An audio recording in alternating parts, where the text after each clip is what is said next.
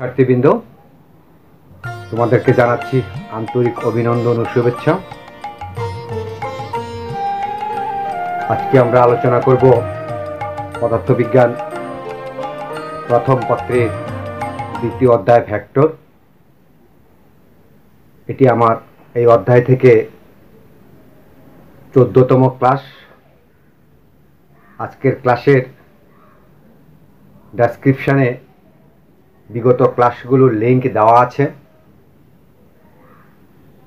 বিগত ক্লাসগুলো তোমরা দেখে নেবে এবং যারা এই চ্যানেলে নতুন তারা চ্যানেলটি সাবস্ক্রাইব করবে, অল বাটনে ক্লিক করবে, এতে নতুন নতুন ভিডিওর নোটিফিকেশান পেয়ে যাবে। এটি এই চ্যাপ্টারের শেষ ক্লাস বলা যেতে পারে। আমরা আজকে কিছু গাণিতিক সমস্যা নিয়ে আলোচনা করব। শিক্ষার্থীরা লক্ষ্য করো, এখানে উদ্দীপকে একটি চিত্র দেওয়া আছে।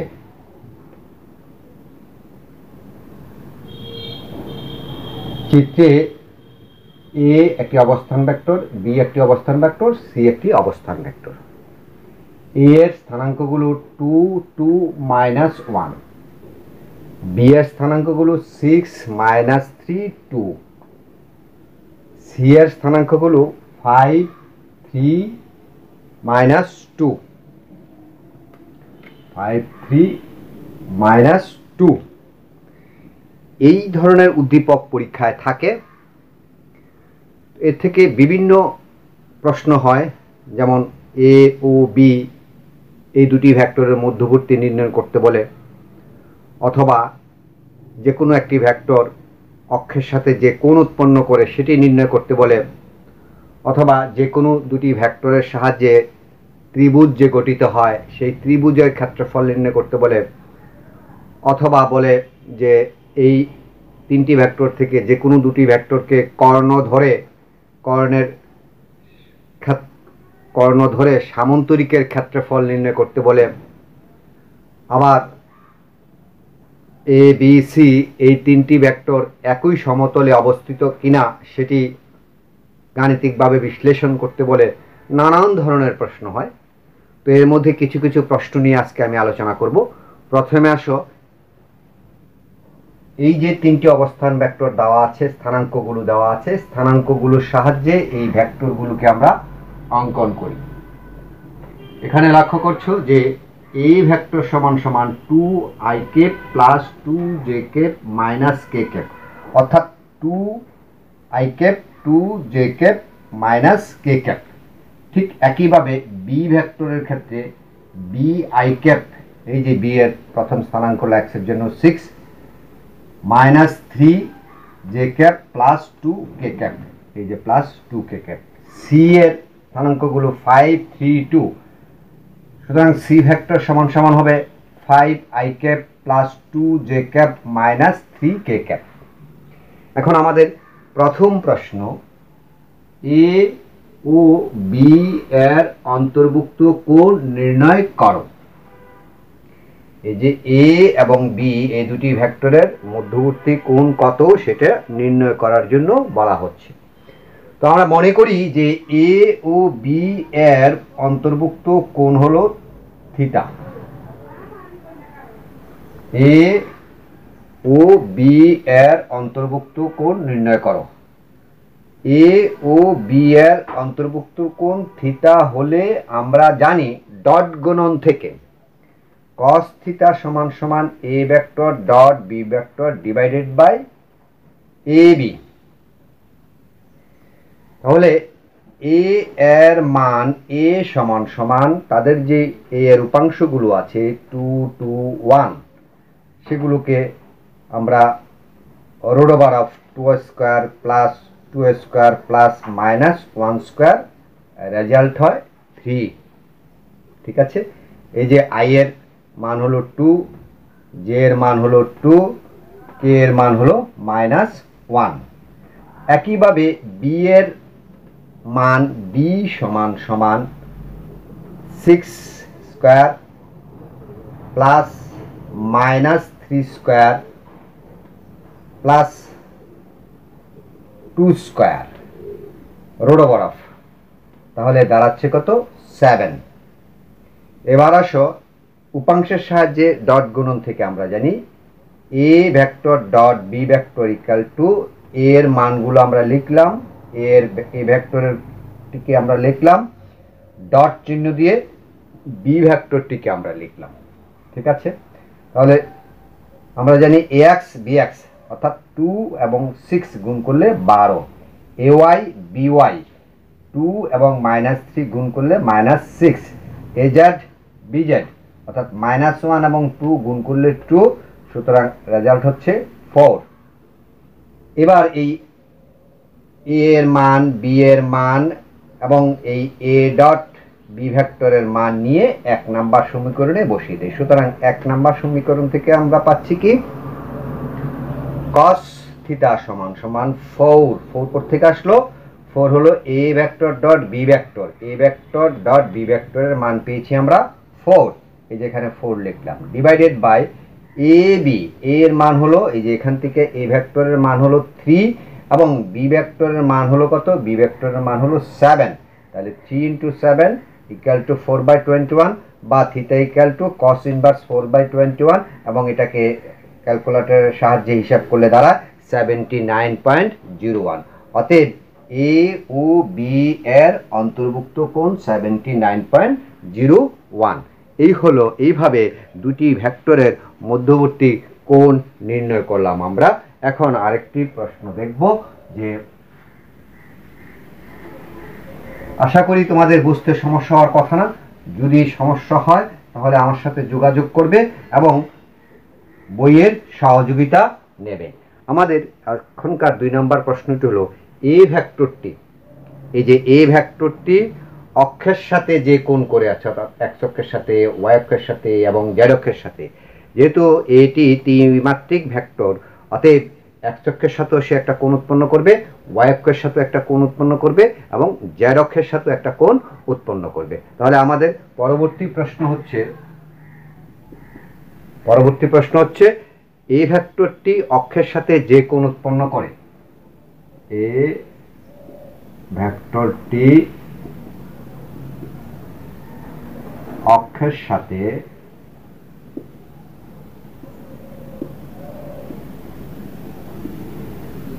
যে কোণ উৎপন্ন করে তা নির্ণয় করো।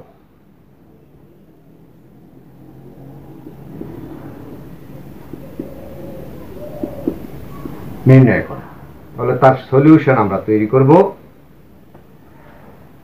লক্ষ্য করে শিক্ষার্থীরা, এই যে এ ভেক্টরটি এক্স অক্ষের সাথে একটা কোণ উৎপন্ন করবে, ওয়াই অক্ষের সাথে একটা কোণ উৎপন্ন করবে, জেড অক্ষের সাথে একটা কোণ উৎপন্ন করবে। ঠিক আছে, তাহলে আমরা এখন এখানে দেখব যে মনে করি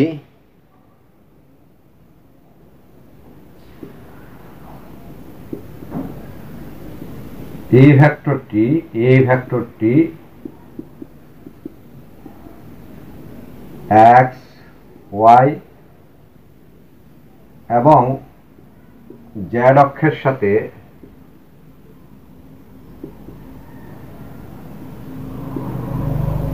যথাক্রমে আলফা, বিটা এন্ড গামা কোণ উৎপন্ন করে। তাহলে ধরে নিচ্ছি এক্স এর সাথে এই ভেক্টরটি আলফা কোণ উৎপন্ন করছে, ওয়াই এর সাথে বিটা কোণ উৎপন্ন করছে এবং জেড এর সাথে গামা কোণ উৎপন্ন করছে। ঠিক আছে, তাহলে এভাবে আমরা এখন এই ভেক্টরের মান, এ এর মান এ সমান সমান রুট ওভার অফ কি হবে, যে 2 square plus 2 square plus -1 square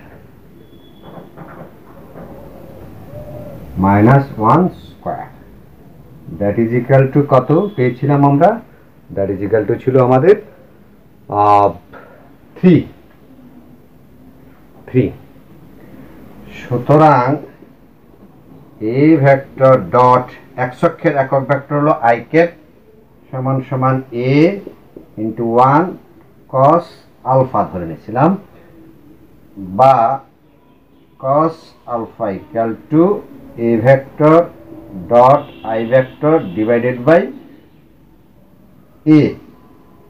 ঠিক আছে, তাহলে এখন এখানে লক্ষ্য করো শিক্ষার্থীরা যে এ ভেক্টরটি কত ছিল, twice I cap plus 2 J cap minus K cap into I cap divided by A. এর মান কত, 3। তাহলে আমরা পাচ্ছি কি যে এই আয়ের সাথে আই গুণ করলে 2, ঠিক আছে, আর বাকিগুলো শূন্য হয়ে যাবে। তাহলে আমরা পাচ্ছি কত, যে 2/3।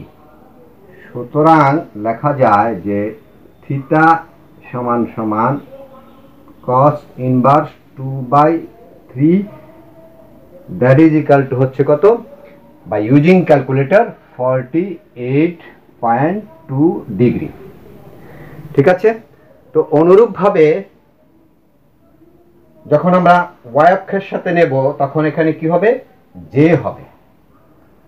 ওয়াই অক্ষের সাথে যখন নেব তখন কি হবে, জে ভেক্টর হবে, এবং এখানে তখন আলফার জায়গায় কি হবে, বিটা হবে। আর এখানে তখন কি হবে, যে এই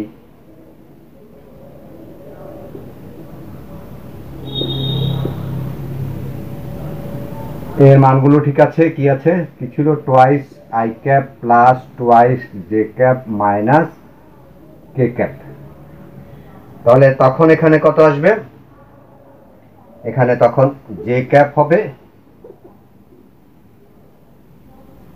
জে ক্যাপ জে ক্যাপ, তাহলে জে দিয়ে করলে +2, অর্থাৎ একই হচ্ছে 48.2 ডিগ্রি হচ্ছে যে আমাদের কার মান, ওয়াই অক্ষের সাথে যে কোণ উৎপন্ন করবে সেটা হবে cos beta, cos beta, beta equal to cos inverse 1। ঠিক আছে, আচ্ছা। তো একইভাবে আবার যখন আমরা জেড অক্ষের জন্য করব তখন কি হবে, এখানে জে ক্যাপের পরিবর্তে কি হবে, রাইট, কে ক্যাপ হবে। আর এখানে তখন কে ক্যাপ হবে, অ্যাঙ্গেলটা হবে তখন গামা হবে, এবং গামার মান হিসাব করে যা হয় তাই হবে। ঠিক আছে, তো এই ছিল আমাদের কার সাহায্যে, যে এ ভেক্টরটি অক্ষের সাথে যে কোণ উৎপন্ন করে তার মান আমরা নির্ণয় করলাম। এবার আমরা তৃতীয় প্রশ্নে যাব। এই উদ্দীপক থেকেই আমরা বিভিন্ন ধরনের প্রশ্ন হতে পারে, একটা উদ্দীপক থেকেই তোমরা জানো যে বিভিন্ন ধরনের প্রশ্ন হতে পারে। এবার আমরা দেখব যে এই যে 3 নাম্বার প্রশ্ন, এ ও বি যে দুটি ভেক্টর আছে, এই এ ও বি একটি ত্রিভুজের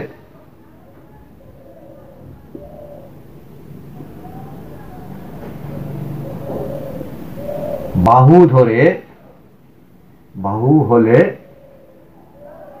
ক্ষেত্রফল কত, বাহু হলে ক্ষেত্রফল কত। এখানে আরেকটি কথা বলে নেই যে ত্রিভুজের ক্ষেত্রফল বের করার যে সমীকরণ, একই সমীকরণ হলো এ সামন্তরিকের কর্ণ ধরে। অর্থাৎ এই প্রশ্নটাকে আমরা অথবার সাহায্যে লিখতে পারি, অথবার সাহায্যে লিখতে পারি কি, যে এ ও বি কে কর্ণ ধরে, এ ও বি কে কর্ণ ধরে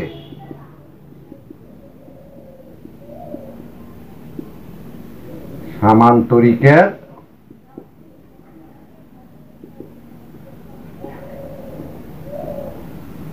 ক্ষেত্রফল কত। তো আমরা জানি এর উত্তর আমরা লিখছি,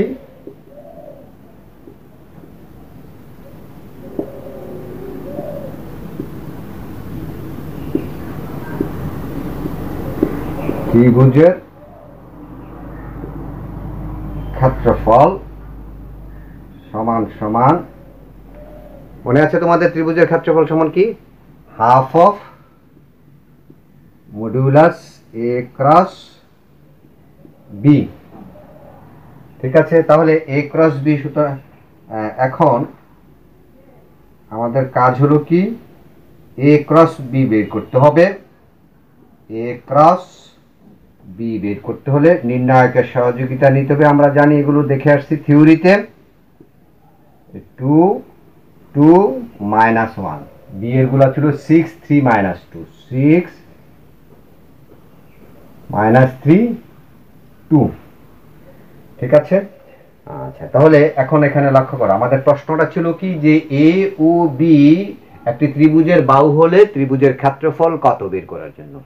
অথবা এই দুইটা বাহু যদি একটি সামন্তরিকের দুটি কর্ণ হয়, তাহলে কর্ণের সাহায্যে সামন্তরিকের ক্ষেত্রফল কত সেটা আমাদেরকে বের করতে হবে। দুইটার ক্ষেত্রে একই সলিউশন, একই উত্তর।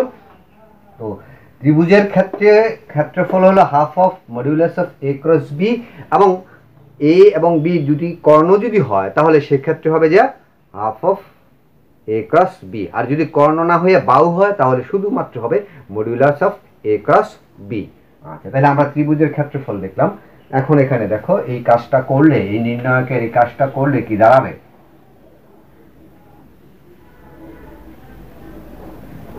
নির্ণায়কের এই কাজটা করলে দাঁড়াবে আই ক্যাপ 2 দুগুণে 4 -3। ঠিক আছে। মাইনাস জে ক্যাপ যদি নেই, জে ক্যাপ নিলে হবে কি 4 -6 প্লাস কে ক্যাপ নিলে 3 দুগুণে 6 -6, 6 দুগুণে 12 -12।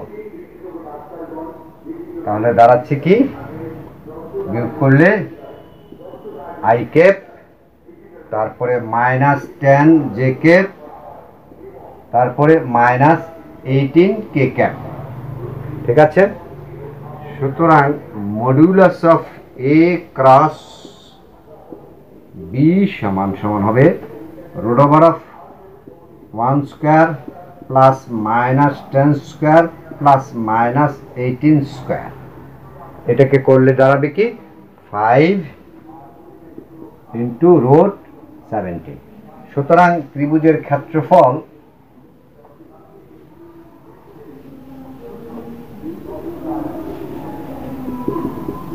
ত্রিভুজের, এটা যদি কর্ণ হতো, এই দুইটা বাহু যদি কর্ণ হতো তাহলে কি হতো, সেই ক্ষেত্রেও একই প্রক্রিয়া আমাদের করতে হতো।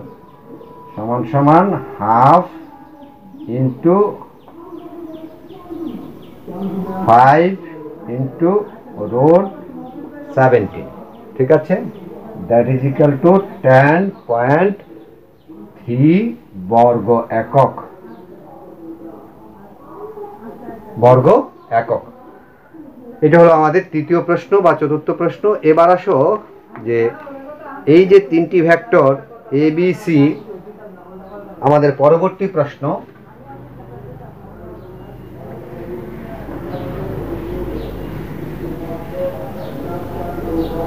আমাদের পরবর্তী প্রশ্ন A B O C vector তিনটি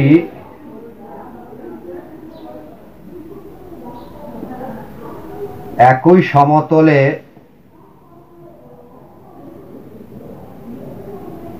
অবস্থিত কিনা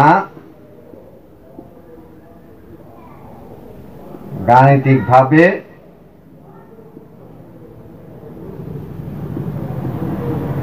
বিশ্লেষণ করো। অর্থাৎ এই যে তিনটা ভেক্টর দেওয়া আছে এ বি সি, এগুলো একই তলে বা একই সমতলে অবস্থিত কিনা গাণিতিকভাবে বিশ্লেষণ করার কথা বলা হয়েছে। তোমাদের নিশ্চয়ই মনে আছে যে তিনটি ভেক্টর একই সমতলে যদি হতে হয় তাহলে তাদের একটা শর্ত আছে। সেই শর্তটা কি? শর্তটা হলো A cross B dot C equal to 0 হলে এ বি এবং সি একই সমতলে অবস্থিত হবে। একই সমতলে অবস্থিত হবে। তাহলে আমরা এ ক্রস বি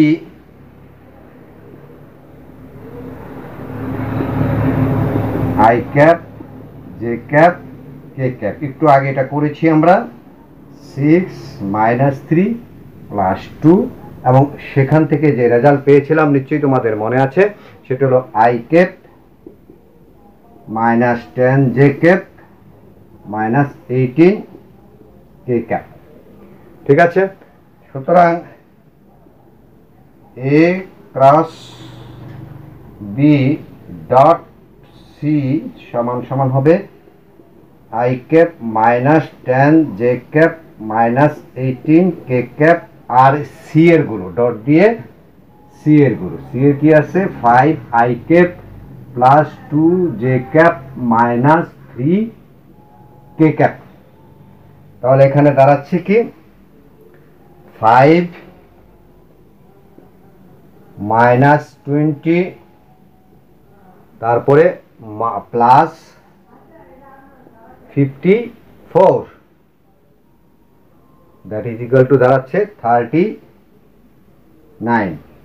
যেহেতু শূন্য হয়েছে কি, শূন্য হয় নাই, যেহেতু A cross B dot C vector not equal to 0, অতএব